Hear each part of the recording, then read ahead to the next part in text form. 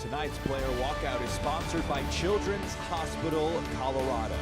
The Colorado Springs Switchbacks taking on the Pittsburgh Riverhounds. We'll look at our lineups. First off, presented by Phil Long for Colorado Springs, unchanged after a 0-0 draw at Las Vegas. The midfield three of Zandi, Rocha, and Fontana, really important in dictating tempo, but watch for Hanya and Aidan in the wide spaces, trying to get in transition against this Pittsburgh Riverhounds team.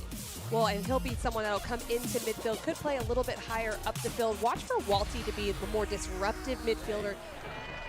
Zach Zandi in the center circle will get action going from left to right.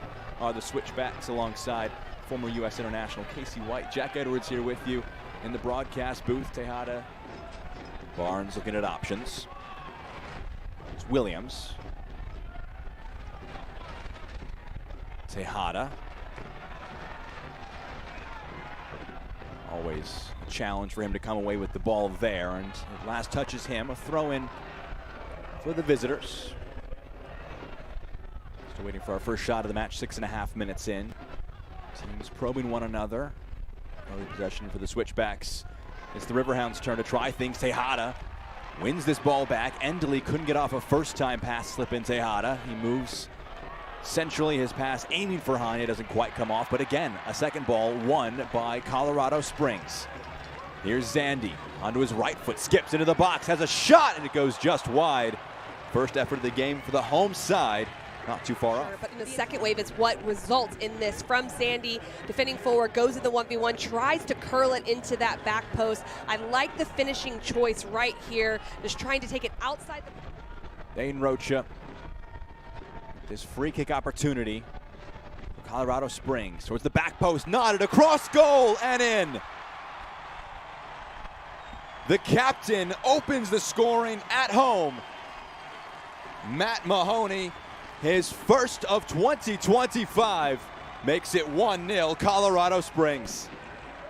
It's really clever what Matt Mahoney does in this moment. It doesn't look like a ball that's really going to test the back line of the Riverhounds. It's just floated up, but he separates, he pulls away, and then it's a textbook finish to the back post. When a ball's... Here's Rocha. Now Zandi. He's gonna have a crack. It's parried away by Dick. Zandi does really well in the half space. It's the second touch that provides separation to put Danny Griffin in a tough position. That's why he gets rewarded with an opportunity to go on frame. He forces the save, just going with power. A good stop there by Eric Dickingle.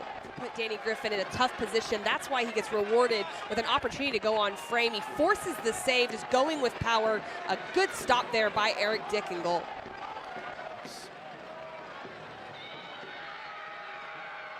Robbie Mertz delivers. Finds a head, and Herrera saves the first shot on target of the day with the #1 equal to it. It's a great ball in right there. Danny Griffin coming through right in front of Augie Williams, getting that header on it. Augie Williams was distracting players right there centrally. As Yosuke Hanya is down, a bit of cramp, they'll hope. This injury stoppage presented by Common Spirit Health. Mahoney. There's a glance at the watch. There's the final whistle, the first 45 minutes.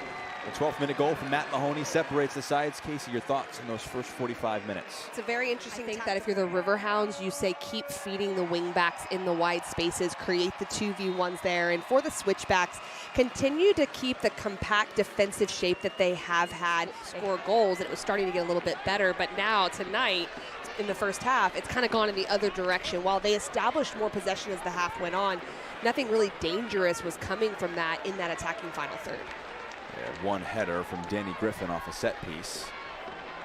It's clipped over the top. It's a brilliant pass to pick out Endley at the end line.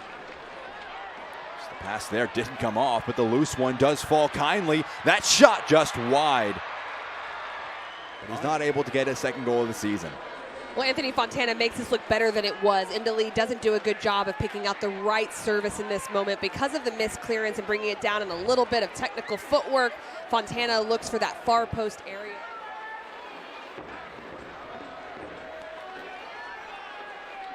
Barnes. He was held back there. The referee will give a free kick.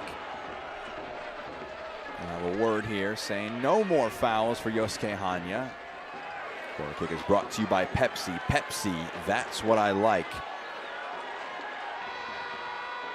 Swung into the 6-yard box, hooked away by Zandi. Referee acknowledged some contact in the area. Let's play continue. Junior Etu.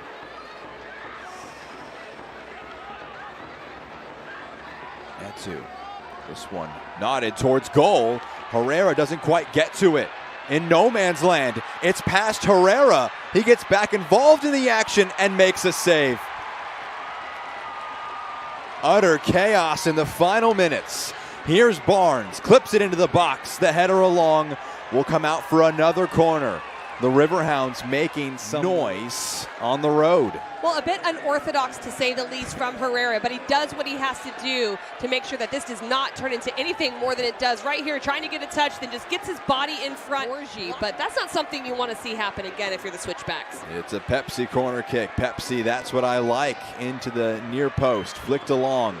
Touchdown in the area. Griffin lays one along for Garcia. There's a challenge. Garcia stays on his feet. What a pass it was to the back post. Overcooked. His unorthodox goalkeeping. That's how we've described it. Matt Real comes back into the match. Looks to be moving normally. Foster wins it back. Good turn from Fontana. Move centrally. He was tugged. It's a free kick.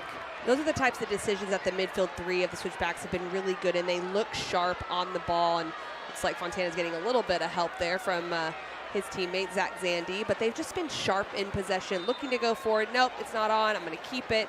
And then that's when the Riverhounds are committing fouls because they're really having to push the level of the game to try to get an equalizer. Pass over the top. It might break for Dhillon. His shot scuffed. Easy for Dick to save in the end.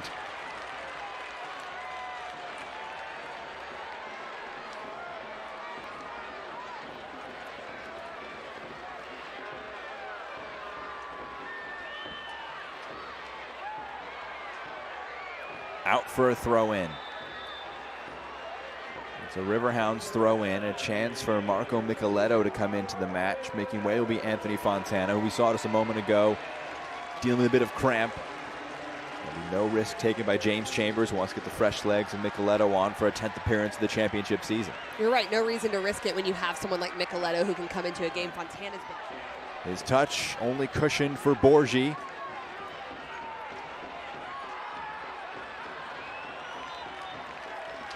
That will do it.